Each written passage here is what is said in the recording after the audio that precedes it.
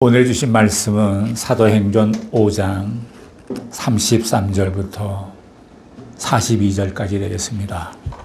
제가 먼저 33절을 읽겠습니다.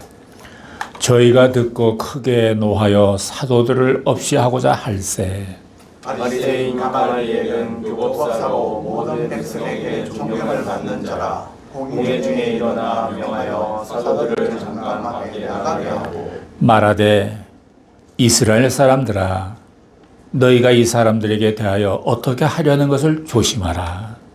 이전에 드다가 일어나 스스로 자랑하매 사람이 약 400이나 따르더니 그가 죽임을 당하매 쫓던 사람이 다 흩어져 없어졌고 그 후 호적할 때에 갈릴리 유다가 일어나 백성들을 꾀어 쫓게 하다가 그도 망한즉 쫓던 사람이 다 흩어졌느니라. 이제 내가 너에게 말하노니 이 사람들을 상관 말고 버려라. 이 사상과 이 소행이 사람에게서 났으면 무너질 것이요 만일 하나님께로도 났으면 너희가 저희를 무너뜨릴 수 없겠고 도리어 하나님을 대적하는 자가 될까 하노라 하니 저희가 옳게 여겨 사도들을 불러들여 채찍질하며 예수의 이름으로 말하는 것을 금하고 놓으니 사도들은 그 이름을 위하여 능력받는 일에 합당한 자로 여기심을 기뻐하면서 공회 앞을 떠나가니라. 저희가 날마다 성전에 있든지 집에 있든지 예수는 그리스도라 가르치기와 전도하기를 쉬지 아니하니라. 아멘. 오늘의 말씀은 담대하게 예수를 전하는 사도들이 되겠습니다. 하나님의 천사의 도움으로 베드로와 사도들이 갇혔던 옥에서 나오게 되었습니다. 그리고 그들은 주님의 명령대로 성전에 가서 생명의 말씀이신 예수 그리스도를 백성들에게 전파하기 시작했습니다. 결국 그들은 그날 아침에 대제사장들에 의해서 체포당해 공회로 끌려가서 신문을 받게 됩니다. 이런 상황 속에서도 그들은 주저하지 않고 예수 그리스도를 담대하게 전했습니다. 그 증거의 결과가 불리할지라도 불구하고 예수님을 증거했습니다. 이렇게 증거했죠. 이 예수는 너희가 십자가에 못 박혀 죽인 바로 그 예수이다. 이 예수를 너희의 조상의 하나님께서 살리셨고 이 예수는 이스라엘로 하여금 회개와 죄사함을 얻게 하려고 임금과 구주가 되신 예수였고 내가 그 증인이다. 이렇게 고백을 했습니다. 전도할 때 우리의 간증력이 설득력을 더하여 줍니다. 자기 체험이기 때문입니다. 간증을 하면 사람들이 마음의 문을 엽니다. 마음의 문이 열릴 때 말씀의 씨앗을 뿌려야 합니다. 사도행전을 자세히 읽어보면 사도들의 모든 설교가 예수님께 집중되어 있는 것을 볼 수가 있습니다. 사도 바울은 고린도전서 2장에서 고백하기를 예수 그리스도 이외에는 아무것도 알지 않기로 작정했다. 그리스도 외에는 모든 것을 분토로 여기겠다. 이렇게 사도 바울이 고백했어요. 사도 바울이 지식이 없어서 그런 것이 아닙니다. 그는 많은 지식이 있었지만 그 지식을 다 포기했습니다.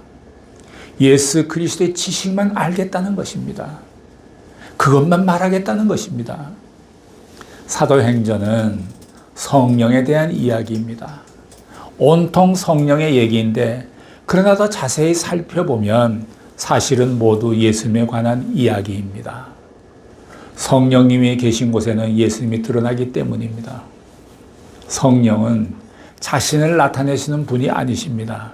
예수님께서 말씀하시기를 내가 떠나는 것이 너에게 유익이라. 내가 가면 보혜사 성령이 너에게 올 것이다. 그가 나를 영화롭게 하리라. 그가 내 말을 생각나게 하리라. 성령이 오면 그가 나를 기억하게 하리라. 이렇게 성령이 세상에 오신 목적은 성령 자체에 있지 않고 예수 그리스도를 보여주시기 위한 것에 있었습니다. 성령 충만이란 예수 충만인 것입니다. 성령이 역사할 때 우리가 볼 수 있는 것은 예수님이십니다. 성령 받은 사람은 예수를 이야기합니다. 예수가 나의 구주시여 나의 하나님이라고 말합니다. 예수님에 대한 이런 말씀을 베드로와 사도들로부터 그들이 들었을 때 그 사람들의 반응은 어땠을까요? 33절을 보실까요? 시작. 저희가 듣고 크게 노하여 사도들을 없애고자 할세. 그들은 살기가 등등해서 이 사도들을 죽이려고 했습니다. 근데 어떤 사람은 사소한 사건이나 말씀을 듣고는 하나님을 생각하는 사람이 있습니다. 가을의 단풍을 바라보면서 하나님을 생각합니다. 겨울에 눈이 오는 것을 바라보고 아침에 신선한 공기를 마시면서 하나님을 찬양합니다. 작은 말에도 은혜를 받는 사람이 있습니다. 그러나 어떤 사람은 예수님을 보여줘도 말씀해줘도 안 믿습니다. 오히려 분노하고 채잡으려고 합니다. 그런 사람들이 당시 종교 지도자들이었습니다. 전도를 해보면 화를 내는 사람이 있습니다. 너나 잘 믿어 이렇게 말합니다. 아주 싫어합니다. 왜 예수님께 적대감을 갖고 배척할까요? 마귀가 뒤에 있기 때문입니다. 그 배후에는 영적으로 사탄의 세력이 있는 것입니다. 그런데 놀라운 일은 이와 반대로 예수를 안 믿고 우상 숭배하는 불신자들 가운데서도 하나님을 생각하는 사람이 있습니다. 구약 성경에 나오는 기생 라합이 바로 그런 사람이었습니다.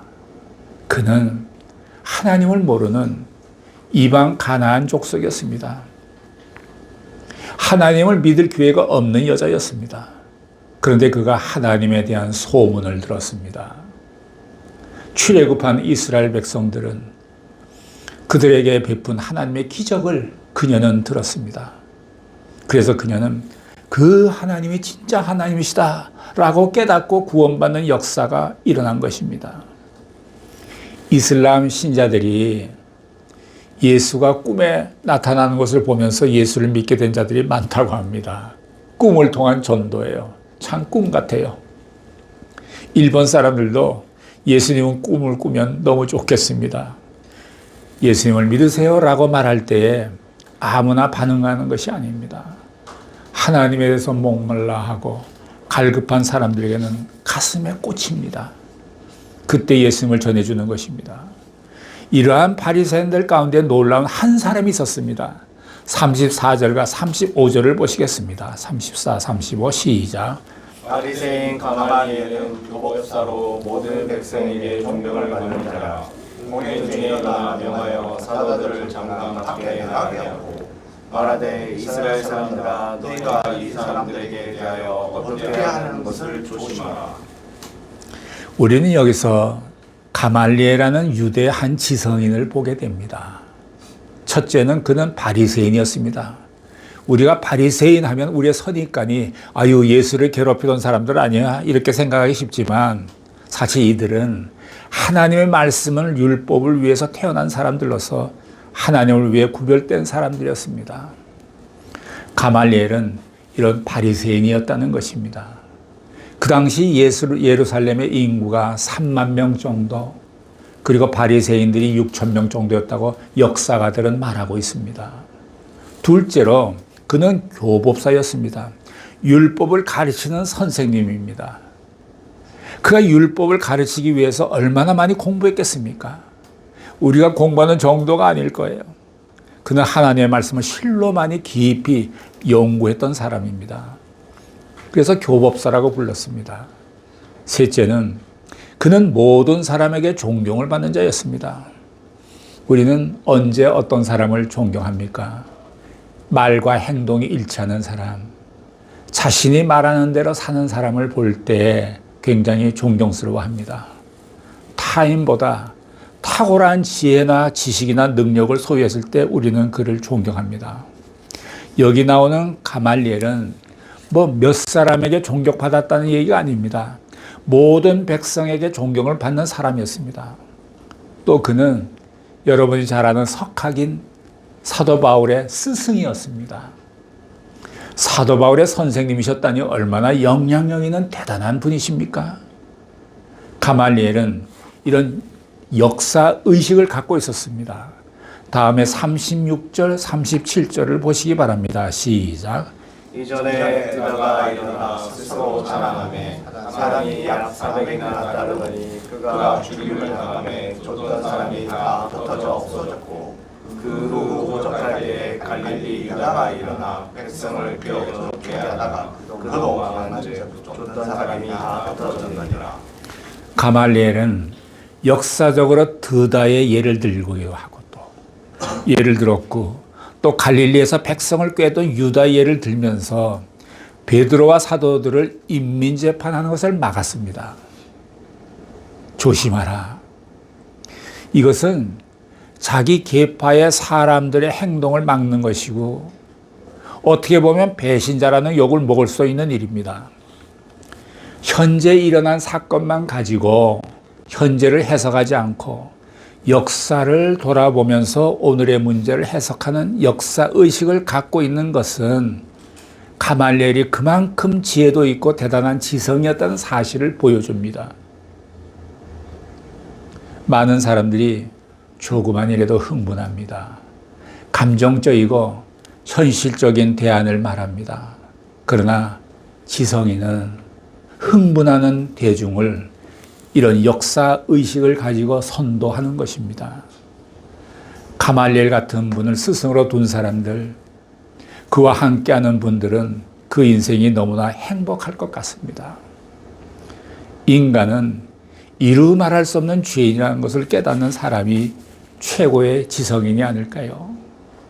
저 같은 죄인이었던 제가 예수님을 믿고 구원받다는 사실이 얼마나 감사한지 모릅니다.